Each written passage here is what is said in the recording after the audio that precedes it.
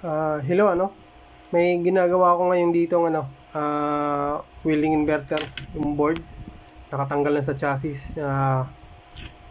Nakatanggal na rin yung heatsink ng IGBT. Pati yung switching transformer.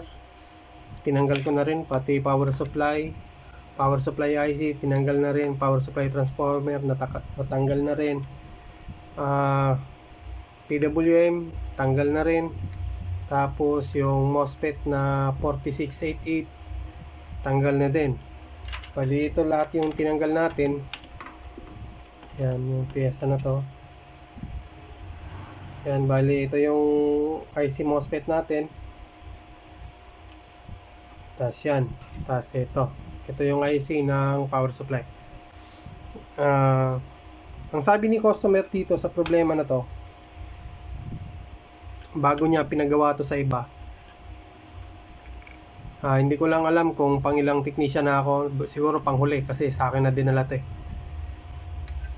Ang sabi nung may-ari dito, bago niya daw pinagawa yung welding na to, gumagana. Ang pinaka problema lang daw talaga is ayaw mag-welding. Bali, yun lang yung pinaka-concern niya. Tapos, nung ginawa, di niya alam bakit bigla daw nawala yung power. So, sa madaling sabi, nagka-issue na ng no power. Kaya ako naman to tinanggal, tinoubleshoot ko, wala talagang power. Pero bago yun, naisip ko na talagang may problema yung PWM natin. So sabi naman nung dating gumawa, ang problema daw dito is board na. So biro mo naman, ang laki ng board niya, no? Tapos sasabihin mo board na daw yung sira. Biro mo yung una gumagana, tapos nawala yung power. Kaya si customer wala na ring magawa. Hindi na rin siya nagbayad ng labor, hindi na rin siya kasi nga hindi na rin nag-power yung unit niya. Pinatingnan niya din sa isang kakilala niya, ganun din ang sinabi, board na daw ang sira. Kasi nga yung IC naman talaga nito, yung LNK 626, mahirap pong maghanap nun. Kung may makikita man kayong LNK na 626, kadalasan pag kinabit nyo, minsan gumagana, minsan hindi. Minsan kulang ng power output, minsan kulang ng supply, karamihan kulang ng supply. So talagang napakahirap maghanap ng matinong piyesa ng LNK. Kadalasan naman ng iba, conversion. Pero tayo, sa makailang basis ko nang sinasabi, hindi tayo nagko-convert.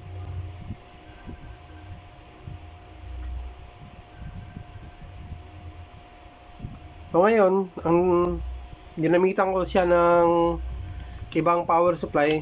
Kita nyo may na tayo dito, naka standby na ground yan. Tapos ko na pong ma-diagnose yung anong problema dito sa board.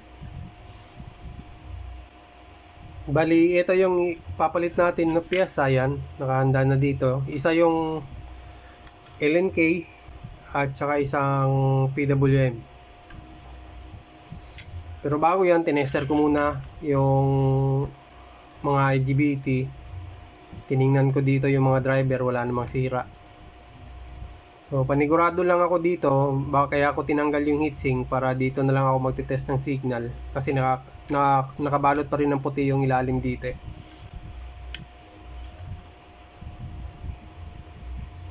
Bale, eto ngayon, magpapalit na lang ako ng mga piyesa na yan. Saka ako papakita sa inyo ulit ng signal kung magkakaroon na ba. Kasi nung tinester ko talaga to, itong kaya naman ako nagpalit dito, wala talagang lumalabas na signal sa PWM natin eh.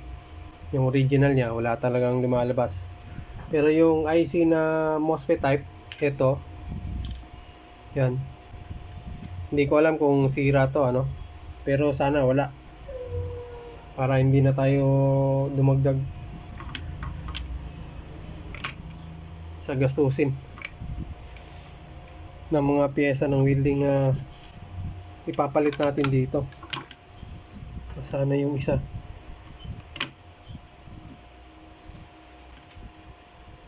So, bali, ngayon, paano ba to?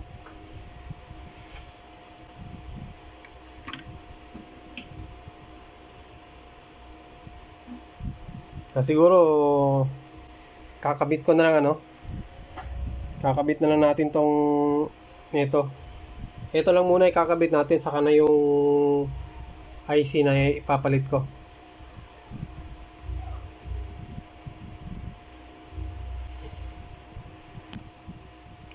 Bali, kabit na lang natin yung ano, yung PWM.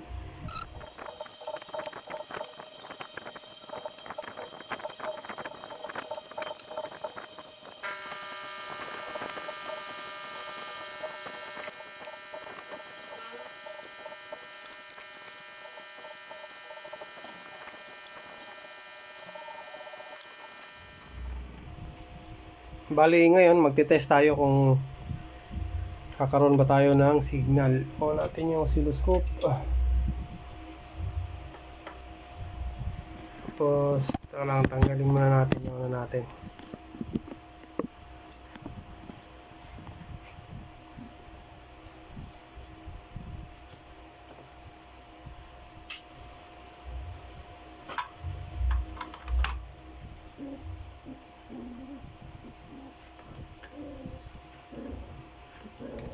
Tapos, tester tayo.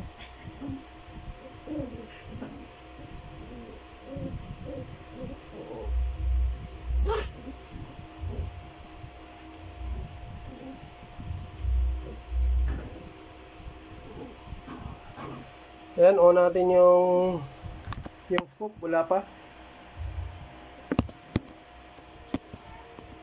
On natin yung welding. O, ayan. Meron na tayong signal. Yan. O, medyo magalaw pa rin yung sa taas. Kaya, kailangan yung ayusin yan bago kayo magkabit ng IGBT.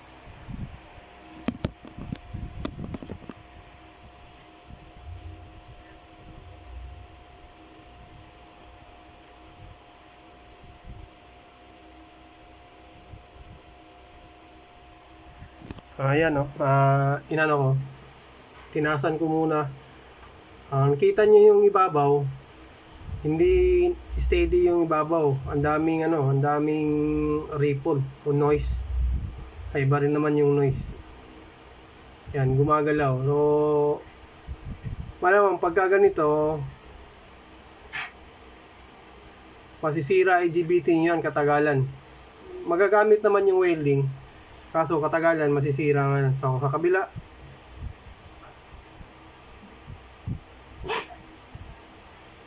Oh, ganun din. Oh, biro mo dyan. Dyan, tapos dito tayo sa kabila. Oh, yun. Yun din ang signal. Tapos dito, lipat tayo. So, yun din ang signal. Medyo pangit yung signal kaya ayusin natin yan bago tayo magkabit ng switching transformer dito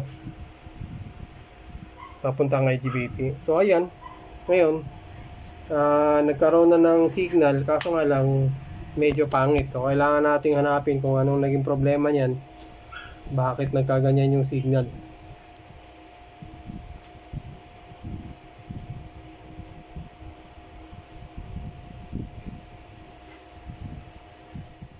Bali, balik tayo dito, ano. So, te-testing ulit natin yung signal kung ganun pa rin ba. So, ayan, malinis na yung signal. Lipat natin sa kabila. So, ayan, malinis na rin.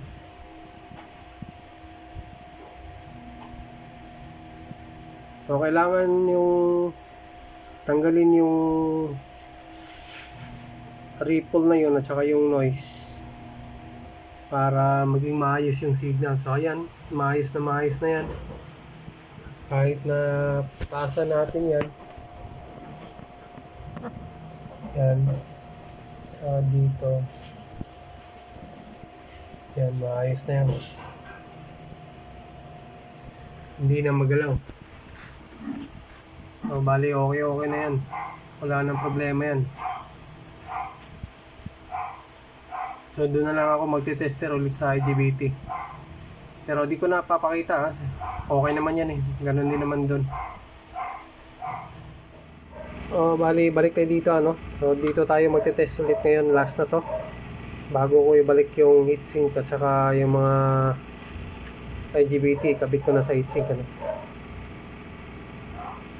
Na parating paalala, huwag nyo masyadong patagalin to kasi umiinit yung ano natin yan, dalawa.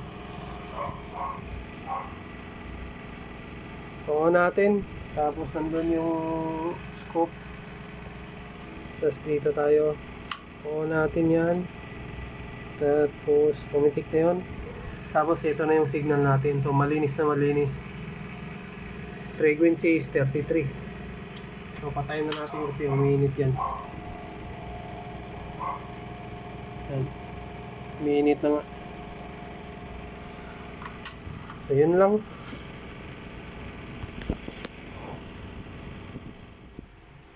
Bali, inassemble na natin si Mitsudin. Yan. Malinis na rin. Nalinis na rin natin. Yung iba, hindi na natin kayang linisin yan kasi sa katagalan na. Ayan. Yan na yung itsura ni Mitsudin. Malinis na. Pati yung dito sa base, linis na rin yan. Tapos dito, yan. O ngayon, susubukan nating paanda rin pagkatapos nating nagpalit ng IC na yan, power supply. Na-test ko naman yan kanina bago natin ngayon i-on. Na-test ko na yung mga pyesa dyan, wala namang naging problema. So bali ito na, on na natin. Bali sigurado tayo dito na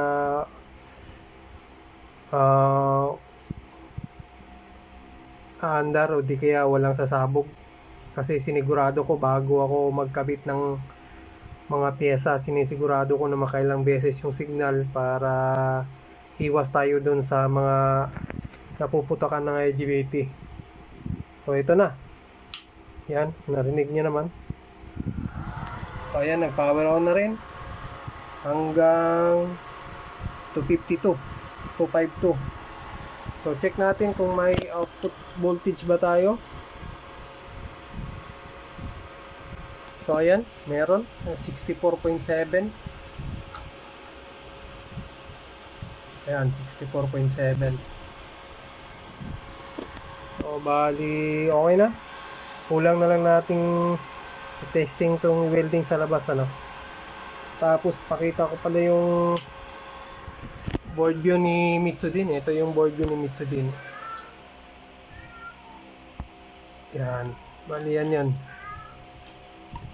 Yan yung itsura niya. Kompleto yan. Walang labis, walang kulang. Tsaka ito, wag niyo pala masyadong gagalawin tong mga to kung hindi kayo marunong magbalik nito. Kasi naka settings na kasi ng factory yan eh. Pagka ginalaw nyo to tapos wala kayong tanda, malilito lang din kayo. Baka sanhi pa yan ng isang problema na aabutin nyo kung mamalasin kayo ano. Bali testing na lang kulang dito. Punta lang tayo sa labas para testing to. Kung malalaman natin doon kung okay ba yung welding, nakokontrol ba natin, yun yung pinaka-importante. Hanin mo naman yung welding na umandar na pero hindi mo naman nakokontrol. o mahina o hindi makapag-weld o masyadong malakas, baliwala rin yung gawa natin. So kailangan natin yan i-testing kung para malaman natin kung okay ba yung gawa natin at saka yung arc nito. Bali sa labas na lang tayo para mag-testing. Bali andito na tayo sa labas, ano. Susubukan na natin i-welding si Mitsudin kung makokontrol ba natin yung ampere ng welding. So ayan, naka-on na yan. So bali settings 97. Subukan natin yung settings 97.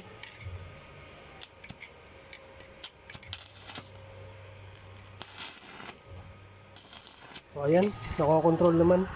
Todo natin ng 250. Ayan, lakas. Baba natin ng 66. O pinakamababa na. Ayan, 45.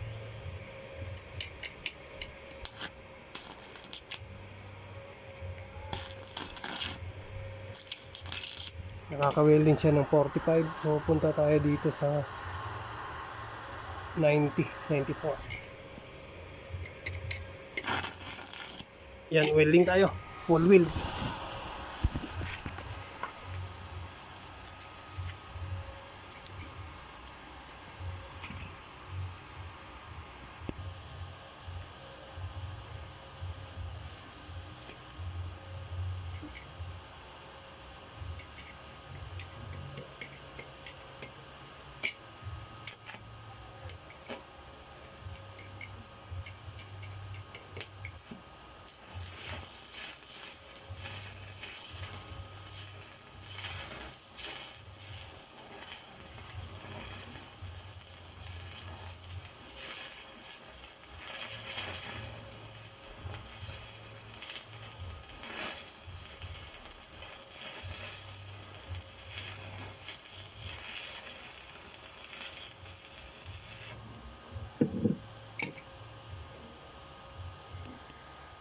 Bali, balik tayo dito sa loob, ano. Inassemble na natin si Mitsudin. O, ayan. Naka-assemble na yan. Ito na itsura. O, malinis na. At nakokontrol naman natin yung arc ng welding nung tinesting natin to sa labas. O, bali okay na. Pwede ko nang ibigay kay customer to. So di ko na pahabain yung video kasi marami pa akong gagawin dito. Kita-kita ulit tayo sa susunod na video natin. So hanggang sa muli, maraming salamat ulit.